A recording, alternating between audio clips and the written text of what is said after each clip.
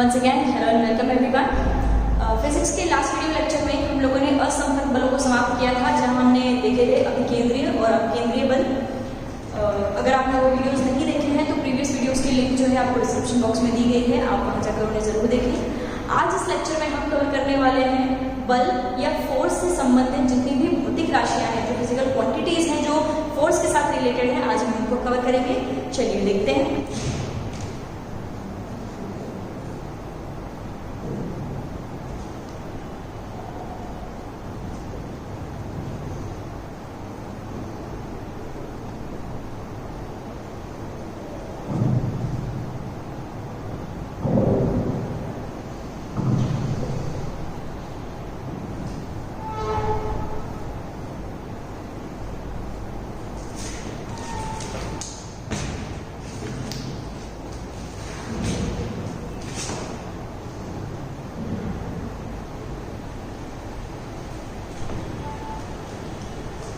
Once again hello and welcome everyone. Physics के last video lecture में हम लोगों ने देखा था अभिकेंद्रीय और अपकेंद्रीय बल यानी कि सेंट्रीपिटल और सेंट्रीफ्यूगल फोर्सेस क्या होते हैं, और इसी के साथ हमने समाप्त कर लिए थे हमारे असंपर्क बल यानी कि फोर्सेस विदाउट कॉन्टैक्ट। आज हम जो टॉपिक कवर करने वाले हैं वो है बल से संबंधित भौतिक राशियां यानी कि physical quantities which are related to force. चलिए देखेंगे कौन कौन सी है। सबसे पहले हम बात करेंगे द्रव्यमान और भार। देखिए, शब्द हमने बहुत बार सुने हैं बट हाईली कंफ्यूजिंग टॉपिक्स में से एक है, यानी कि मास एंड वेट। जनरली अगर स्टूडेंट से ये सवाल किया जाता है कि मास और वेट में क्या डिफरेंस है तो वो बता नहीं पाते, क्योंकि जनरली हमारे लिए तो भार भी वजन है और मास भी वजन है, बट इन दोनों में छोटा सा स्लाइट डिफरेंस है अगर हम फिजिक्स की दृष्टि से देखें तो। पहले बात करूंगी मैं मास की या द्रव्यमान की।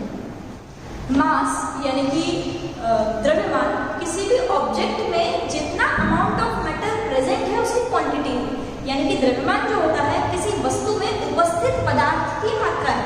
जैसे आपने देखा होगा हर वस्तु जो है वो इलेक्ट्रॉन, न्यूट्रॉन, प्रोटॉन से बनी है, ऐसा हम मान के चलते हैं।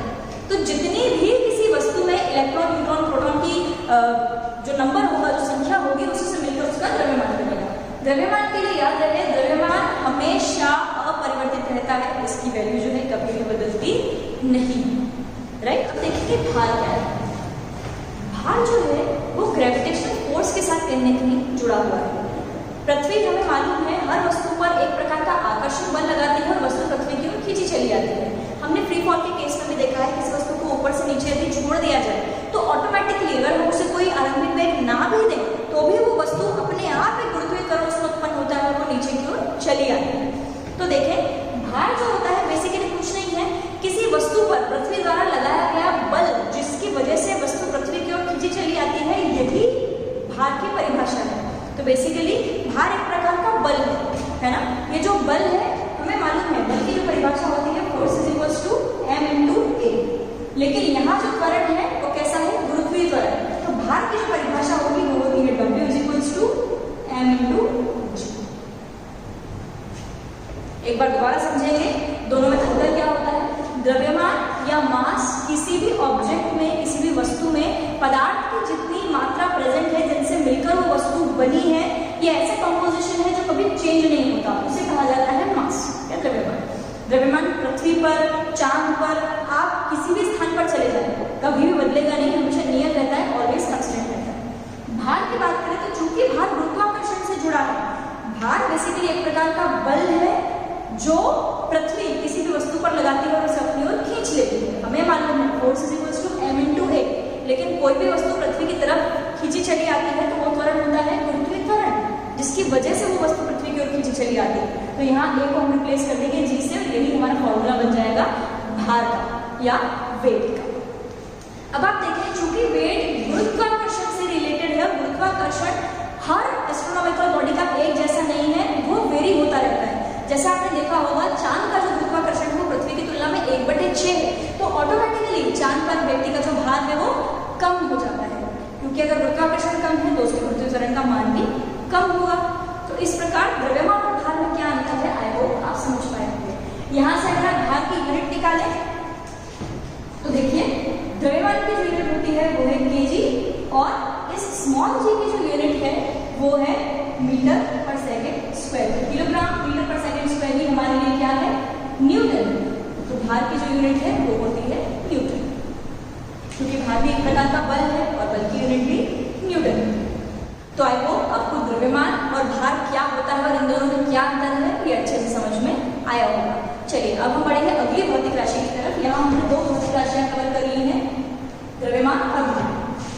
अगली जो भौतिक राशि है वो भी स्टूडेंट्स के बीच में थोड़ी सी कंफ्यूजन ही रहती है, वो है संवेग और आवेग, यानी कि मोमेंटम एंड इम्पल्स। चलिए इन दोनों को समझने की कोशिश करेंगे कि संवेग और आवेग क्या होते हैं। संवेग को अगर मैं परिभाषा के तौर पर देखूं तो संवेग कुछ नहीं है, संवेग बल लगाने की क्षमता है जो किसी वस्तु के मास और वेलोसिटी पर डिपेंड करती है। दोबारा ध्यान से सुनेंगे, संवेग जो है किसी वस्तु द्वारा बल आरोपित करने की वह क्षमता है जो उस वस्तु के द्रव्यमान और वेग पर डिपेंड करती है, उनके समानुपाती होती है। तो संवेग को हम रिप्रेजेंट करते हैं P से, बल लगाने की क्षमता जो मास और वेग पर डिपेंड करती है, दोनों के समानुपाती होती है। P = m/v। ये तो हमको फॉर्मूला और परिभाषा यहाँ से समझ में आ गई कि किस प्रकार डिपेंडेंट है। संवेग या मोमेंटम जो होता है उसे डिफाइन किया जाता है P = m/v, यानी कि संवेग जो होता है वो किसी वस्तु के द्रव्यमान और वेग के गुणनफल के बराबर होता है। ये तो इसकी किताबी परिभाषा हो गई। अब देखिए संवेग बताना क्या चाहता है। बेसिकली संवेग ये बताना चाहता है हमें कि किसी वस्तु में बल आरोपित करने की कितनी क्षमता है। यदि किसी वस्तु का मास बहुत ज्यादा है तो उसका संवेग ज्यादा होता है, क्योंकि आप देख रहे हैं दोनों एक दूसरे के प्रोपोर्शनल है। तो एक बात समझ में आ गई कि जितना मास ज्यादा है उतनी वस्तु की बल आरोपित करने की क्षमता ज्यादा है। वैसा ही वेलोसिटी के साथ है, जितनी किसी वस्तु की वेलोसिटी ज्यादा होगी उतनी ही उसकी बल आरोपित करने की क्षमता ज्यादा होगी। देखें उदाहरण लेंगे हम, एक हम उदाहरण ले रहे हैं, जब हमने बल पढ़ा था तब भी मैंने आपको ये उदाहरण दिया था। एक हम ले रहे हैं छोटी टॉय कार और एक हम ले रहे हैं बड़ा ट्रक। यदि दोनों हमारे पास सेम वेलोसिटी से आगे आ रहे हैं तो जिसका मास ज्यादा है उसकी बल आरोपित करने की क्षमता ज्यादा होगी। यानी कि अगर छोटी टॉय कार हमारे पास आती है तो उससे हमें बहुत ज्यादा नुकसान नहीं होता है, लेकिन अगर बड़ा ट्रक हमारे पास उसी वेलोसिटी से, भले ही कम वेलोसिटी से आ रहा हो तो भी उसकी हमारे ऊपर बल आरोपित करने की क्षमता जो होगी वो ज्यादा होगी। इसी प्रकार हम उदाहरण लेंगे बंदूक की गोली का।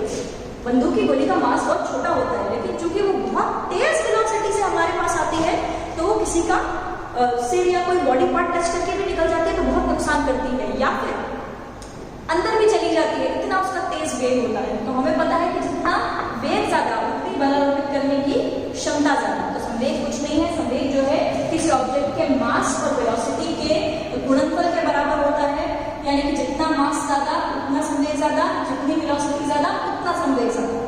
राइट, तो हमने उदाहरण लिए हैं ट्रक के उदाहरण से और गोली के उदाहरण से, आप संवेग को अच्छी तरीके से समझ पाएंगे। अब हम देखें कि संवेग की यूनिट क्या होती है, संवेग का मात्रक क्या होता है। तो मास की जो यूनिट है वो है किलोग्राम और वेलोसिटी की जो यूनिट है वो है मीटर पर सेकंड। तो किलोग्राम मीटर पर सेकंड जो है वो संवेग की यूनिट है। चलिए देखेंगे कि आवेग क्या होता है। आवेग या इम्पल्स को डिनोट किया जाता है I से और फॉर्मूला लिखा जाता है F × del। पहली चीज तो हमें ये याद रखनी है कि आवेग जो होता है वो किसी वस्तु का नाम होकर बल का होता है, और किसी भी बल का आवेग लगाए गए बल और जितने समय में वो बल लगाया गया है उस पर डिपेंड करता है। परिभाषा जो है वो इसकी ये बताई जाती है, किसी भी बल का जो आवेग होता है वो बहुत कम समय में अगर किसी वस्तु पर कोई बल कार्यरत हो, कुछ समय के लिए या अल्प समय के लिए अगर कोई बल किसी ऑब्जेक्ट पर एक्टिंग है, काम कर रहा है, तो उस बल और लगाए गए समय के गुणनफल को ही इम्पल्स या आवेग बोलते हैं। बेसिकली अगर बहुत कम समय में कोई बड़ा बल लगाया जाए तो वो आवेग को डिनोट करता है। मैं आपको 2 उदाहरण यहाँ पे दूंगी। यदि आपने किसी दीवार में कील ठोकी तो कील ठोकने के लिए आपको एक मोमेंट ऑफ टाइम के लिए जोर से उसे ठोकना होता है, तभी वो दीवार के अंदर जा पाता है। यदि आप कील को पकड़कर धीरे धीरे धीरे बार बार उसे मारते रहें तो बहुत ज्यादा समय लगेगा, वो आवेग नहीं कहता। आवेग पे एक तरीके से उस बल की क्षमता ही बताता है, यानी कि कितना कितना बड़ा बल है, ये आवेग के माध्यम से पता चलता है। इसी प्रकार से अगर कोई क्रिकेटर है या बैट्समैन है, आती हुई बॉल को अगर उसे बाउंड्री के पार करना है तो उसे उसी मोमेंट ऑफ टाइम पे एक बड़ा बल देना पड़ेगा। जब वो उस छोटे से समय में बड़ा बल देगा तो ही बॉल जो है बाउंड्री पार हो सकती है। अदरवाइज आती हुई बॉल पर अगर वो धीरे से बैट चलाएगा अपना, यानी कि कम बल देगा या कम समय के लिए बल लगाएगा, तो फिर वो बहुत ज्यादा आगे तक बॉल जाएगा। तो आई होप इम्पल्स को आप समझ पाए होंगे। इम्पल्स भी बल से ही जुड़ा हुआ है। इम्पल्स ये बताता है कि बल कितना ज्यादा तेज है, यानी कि अगर आपने कम समय में बड़ा बल लगाया है तो वो आवेग को परिभाषित करता है। आवेग की अगर आप यूनिट की बात करेंगे तो वो होती है न्यूटन सेकंड। आगे बात करेंगे कि संवेग और आवेग में क्या संबंध है। देखिए, हम देख रहे हैं कि I is equals to F into del. अच्छा, हमें F की वैल्यू पता है, F is equals to M, है ना। फोर्स जो होता है वो होता है M इंटू A। यहाँ हम इसकी वैल्यू रखते हैं तो it becomes MA into del, right. इस डेल को मैं आगे ला सकती हूँ, no problem. I becomes del M into A। अच्छा, यदि आप लोगों ने इक्वेशंस ऑफ मोशन पढ़ी हुई, गति के समीकरण पढ़े हुए, यदि आपने गति के समीकरण नहीं पढ़े हैं तो लिंक आपको डिस्क्रिप्शन बॉक्स में दी गई है, आप वहां जाकर वीडियो देख सकते हैं। गति के समीकरणों में पहला गति का समीकरण होता है v is equals to u plus at। तो यहाँ से मैं at की वैल्यू निकाल सकती हूँ, it becomes v minus u is equals to at, right. इस at की वैल्यू भी मैं यहाँ पे रख देती हूँ v माइनस u। अगर आप v माइनस u देखेंगे, इसमें से अगर इसकी वैल्यू बता रही हूँ, इसका मतलब बेसिकली मैं कर क्या रही हूँ, वेग में परिवर्तन देख रही हूँ कि वेग में कितना चेंज आ रहा है, राइट। तो वेग में परिवर्तन है तो इस परिवर्तन को डिनोट करने का तरीका होता है आगे डेल लगा, राइट। तो देखिए, अगर आप इसको ध्यान से देखेंगे, मैं अगर डेल को डायरेक्टली आगे लेंगे, डेल mv, तो mv ही मेरा क्या है, संवेग। तो एक बात समझ में आ गई कि आवेग जो है वो संवेग में परिवर्तन की दर है। आवेग जो है वो संवेग में परिवर्तन की दर के बराबर है। इस रिलेशन को आप याद रखें, कई बार एग्जाम से पूछ लेती हैं। यदि हमसे डिस्क्रिप्टिव एग्जाम में पूछा जाए तो भी हम इसको इजीली करके आ सकते हैं, और अगर हमसे केवल कथन के तौर पर पूछा जाए तो हमें याद रहे आवेग जो है वो संवेग में परिवर्तन की दर के बराबर है। चलिए यहाँ से आगे बढ़ेंगे, अगली भौतिक राशि देखेंगे। अगली भौतिक राशि है बल आघूर्ण या टॉर्क एंड जड़त्व आघूर्ण, यानी कि मोमेंट ऑफ इनर्शिया।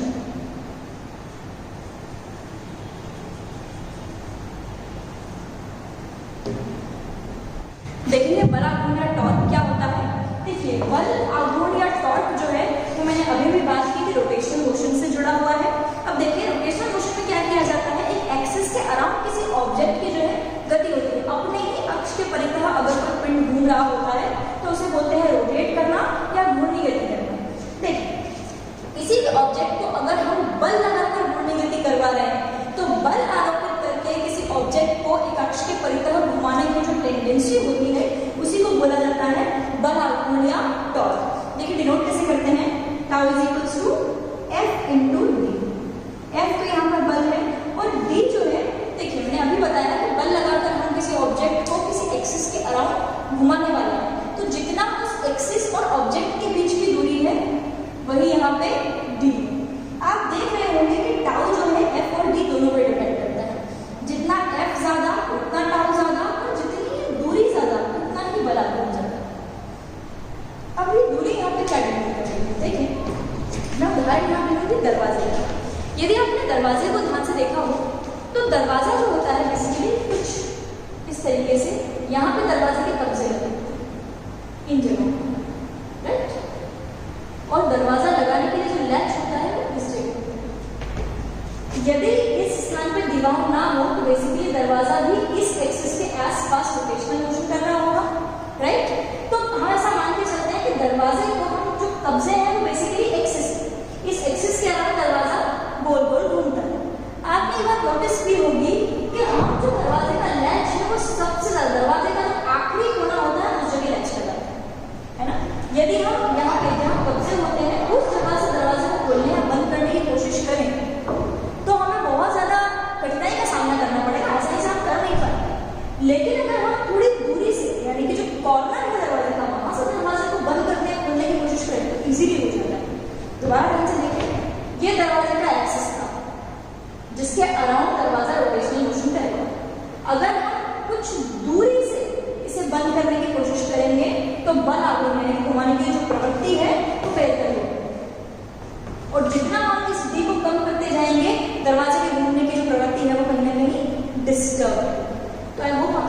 समझ पाएंगे। ऐसे ही आपने एक और उदाहरण किताबों में देखा होगा, जो आटा पीसने की घट्टी होती है जो घरों में होती है, वहां पर भी क्या होता है, कुछ किस तरह की घट्टी होती है।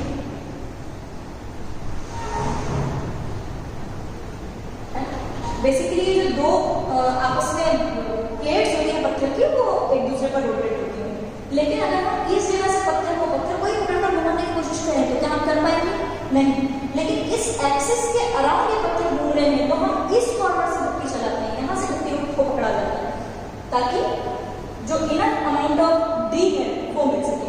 अगर ये इनफ दूरी नहीं होगी तो फिर ये जो घूमने की टेंडेंसी है वो कहीं ना कहीं बहुत ज्यादा डिस्टर्ब होगी, हमें कठिनाई होगी। लेकिन अगर हम कुछ दूरी बढ़ा दें तो ये हमारे लिए इजी हो जाएगा। तो आई होप आप बल आघूर्ण को अच्छी तरह समझ पाए होंगे। बात करेंगे बल आघूर्ण के मात्रक की। बल आघूर्ण का जो मात्रक है वो होता है फोर्स का मात्रक है न्यूटन, और चूंकि दूरी या डिस्टेंस एक प्रकार की लेंथ है इसलिए इसका मात्रक होगा मीटर। तो जो बल आघूर्ण का मात्रक है वो बनेगा न्यूटन मीटर। डेफिनेटली बल यहाँ पर सदिश राशि है, इसलिए बल आघूर्ण भी हमारे लिए सदिश राशि है। चलिए बात करेंगे हम जड़त्व आघूर्ण की या फिर मोमेंट ऑफ इनर्शिया। जड़त्व आघूर्ण पढ़ने से पहले हम ये जानिए कि जड़त्व या इनर्शिया क्या होता है। जड़त्व या इनर्शिया जो है वो आपके द्रव्यमान से जुड़ा हुआ है। जहां आप द्रव्यमान पढ़ते हैं वहीं आप इनर्शिया को भी स्टडी करते हैं। देखिए इनर्शिया कोई भौतिक राशि नहीं है, लेकिन ये एक प्रकार का वस्तु का गुण होता है। बेसिकली एक प्रॉपर्टी होती है किसी वस्तु की। किस प्रकार की प्रॉपर्टी का चर्चा करेंगे। जड़त्व जो होता है वो किसी भी वस्तु की जो अवस्था है उसमें परिवर्तन का विरोध करता है। यानी कि ऑब्जेक्ट जिस भी स्टेट में है, जब तक उस पर कोई एक्सटर्नल एफर्ट या बाह्य बल ना लगाया जाए, वो अपने अवस्था में परिवर्तन का विरोध करता है। वस्तु के इसी गुण को बोला जाता है जड़त्व या इनर्शिया। अब यदि आपसे पूछ लिया जाए कि इसको मेजर कैसे करते हैं, तो याद रहे किसी भी वस्तु की स्टेट को बदलने में क्या चीज सबसे ज्यादा बीच में आती है। देखिए अगर मैं बात करूं इस मार्कर की, मुझे कोई कह दे कि इसको तोड़ना है तो मैं इजीली तोड़ दूंगी, है ना। लेकिन अगर कोई मुझे बोल दे कि इस बोर्ड को तोड़ना है तो मैं इजीली नहीं तोड़ पाऊंगी। क्यों? इसका मास बहुत कम है और इसका मास बहुत ज्यादा है। तो याद रहे मास पर ही डिपेंड करती है जड़त्व की वैल्यू। और यदि पूछ लिया जाए कि इसको कैसे मेजर करेंगे, तो जितनी किसी वस्तु के मास की वैल्यू होती है उतनी ही उसके जड़त्व की वैल्यू होती है। यानी कि the value of mass is equal to the value of inertia. तो यहाँ पे आपने समझ लिया कि जड़त्व क्या होता है। यहीं से परिभाषा निकल के आती है जड़त्व आघूर्ण। यानी कि अगर कोई ऑब्जेक्ट जो है ऑलरेडी घूर्णी गति कर रहा है, तो वो घूर्णी गति की जो अवस्था है उसमें परिवर्तन का विरोध करता है। इसी प्रॉपर्टी को बोला जाता है उसका जड़त्व आघूर्ण या फिर मोमेंट ऑफ इनर्शिया। दोबारा ध्यान से समझेंगे, यदि कोई ऑब्जेक्ट ऑलरेडी रोटेशनल मोशन में है या घूर्णी गति कर रहा है, तो अपनी घूर्णी गति की अवस्था का विरोध करता है। इसके इस गुण को बोला जाता है जड़त्व आघूर्ण या फिर मोमेंट ऑफ इनर्शिया। देखिए आप मोमेंट ऑफ इनर्शिया किस प्रकार से होता है। अगर आपने फैन देखा हो, है ना, फैन मान लीजिए चल रहा है, अब हमने फैन का स्विच ऑफ कर दिया। जब आप फैन को देख रहे हैं तो ध्यान से देखिए, फैन भी अपने एक एक्सिस के अराउंड, उसकी जो 3 पत्तियां होती हैं वो रोटेशनल मोशन में होती हैं। जब आप फैन को ऑफ करते हैं तो फैन एकदम से ऑफ नहीं होता। जनरली अगर हम बल्ब या लाइट ऑफ करते हैं तो वो तो एकदम से ऑफ हो जाती है, जैसे हमने स्विच बंद किया वैसे ही रोशनी बंद हो जाती है। लेकिन फैन के साथ ऐसा नहीं होता। क्यों? क्योंकि फैन ऑलरेडी रोटेशनल मोशन में होता है और वो अपनी अवस्था में परिवर्तन का विरोध करता है। इसलिए धीरे धीरे धीरे धीरे जड़त्व आघूर्ण की वजह से स्लोली अपनी अवस्था जो है वो परिवर्तित कर पाता है। तो आई होप आप यहाँ पे बल आघूर्ण और जड़त्व आघूर्ण को बेहतर तरीके से समझ पाए।